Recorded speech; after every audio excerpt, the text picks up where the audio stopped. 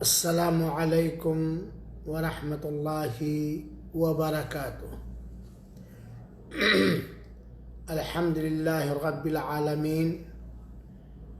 والعاقبۃ للمتقین والصلاۃ والسلام علی خیر خلقہ نبینا و سیدنا محمد بن عبد اللہ صلوات اللہ وسلامہ علیہ وعلى آلہ وصحبہ اجمعین، اما بعد۔ حاضرین کرام اور اسلامی بھائیوں، قابل احترام خواتین ملت، نوجوانوں اور عزیز بچوں، آج کے اس لائیو پروگرام میں اس درس کا عنوان ہے اپنی زندگی پاک دامنی اختیار کرو، عفت اختیار کرو، خاص طور پر ان امور میں جن کا تعلق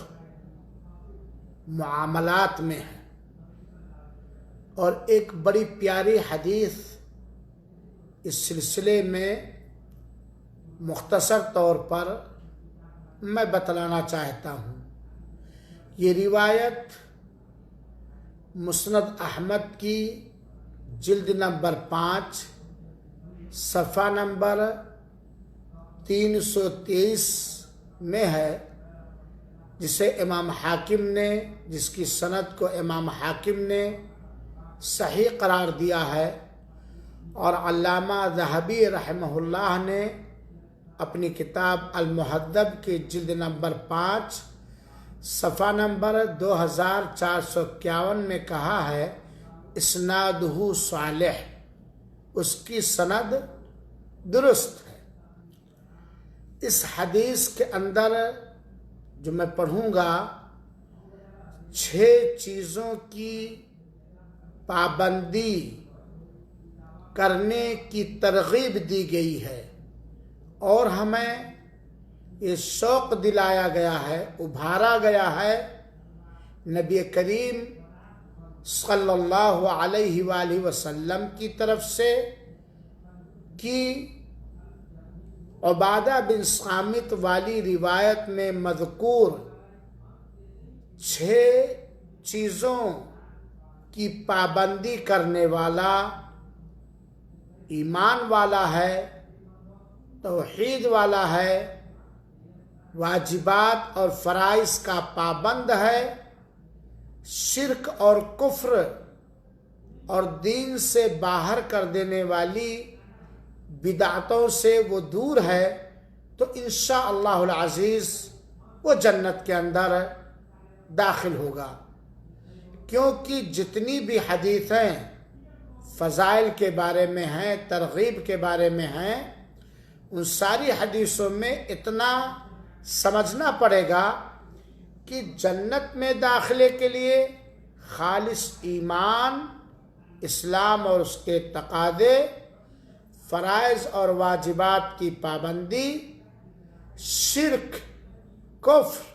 اور دین سے باہر کر دینے والی بدعتوں سے بچنا پڑے گا۔ یہ عقیدہ ہمارا ہونا چاہیے۔ بنا توحید کے، بنا خالص ایمان کے، بنا صحیح اسلام کے، بنا فرض عبادتوں کی ادائیگی کے کوئی آدمی جنت میں نہیں جا سکتا۔ سامعین کرام، حدیث بڑے غور سے ہم کہیں بھی اور سنیں بھی۔ چنانچہ حضرت عبادہ ابن صامت رضی اللہ عنہ کہتے ہیں کہ رسول اللہ صلی اللہ علیہ وسلم نے فرمایا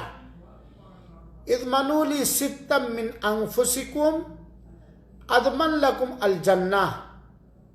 لوگو تم اپنی طرف سے 6 چیزوں کی پابندی کی